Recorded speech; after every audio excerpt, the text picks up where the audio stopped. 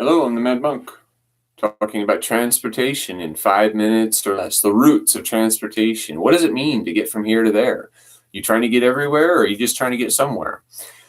Luckily for everyone everywhere, locally is what happens naturally. And so we established a long time ago, we established rights of way.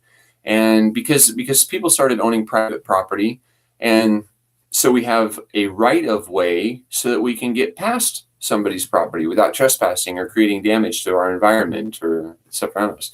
A lot of people they use horses way back when, to get from here to there. Now it's more about automobiles, and either a petrol burning or diesel, or they're moving into electric. They're moving electric vehicles into a grid that can't support the modern infrastructure. So the main thing I want to address here is it being done efficiently? Because I've been in big cities before, Seattle, LA. I've been through New York. I've been through a lot of these metropolises that if you're just trying to get a couple of miles, sometimes it takes an hour or several hours. And it's like, well, God, I mean, I remember when I was in the military, I could run a mile in just about 6.5 minutes, or it's like, wow, so in 13 minutes, basically, I can run a couple miles. But yet in a car intended to be efficient and the best way of doing it, it can take hours.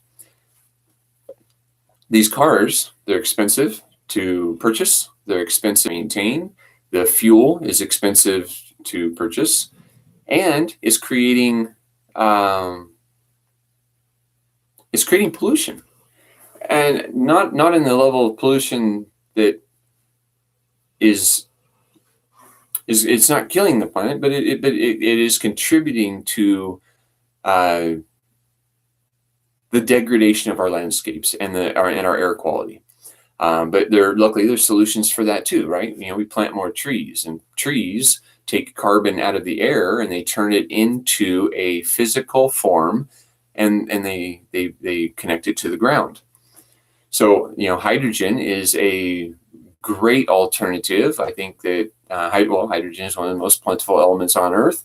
It's being used to fuel combustion engines for some time now, and it could be used for fueling combustion engines. And luckily, the great benefit of that is that there are no negative emissions. It's just a water vapor that's emitted after combustion. And so there's a lot of different things that we can be doing, creating efficiency. I mean, like I have an old truck, and it doesn't get very good fuel mileage.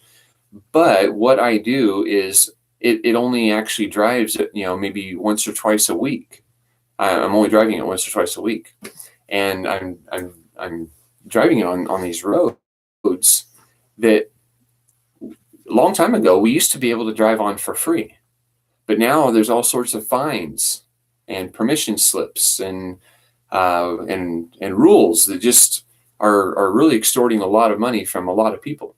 I mean, and that's the difference. We had a public right of way that was for everybody to be able to use to get from here to there. But with the addition of heavy commerce into our society, we've paved them, and we've paved them in a way that it can support very heavy industrial traffic. And so because we've been allowing commerce to operate on our rights of way, there are a lot of rules to make sure that commerce is staying safe on our rights of way so that we can travel safely. We don't have to worry that somebody's trying to make an extra dollar by going 20 miles per hour over the speed limit to deliver a product quicker. We want to make sure that safety is a forefront, but we need to also focus on human rights, that we do have that right to travel on public rights of way. And if we are doing that without harming anybody, if we haven't created a victim, if we haven't created safety hazards that are articulable, we should be left alone. So transportation in 5 minutes or less. Thank you.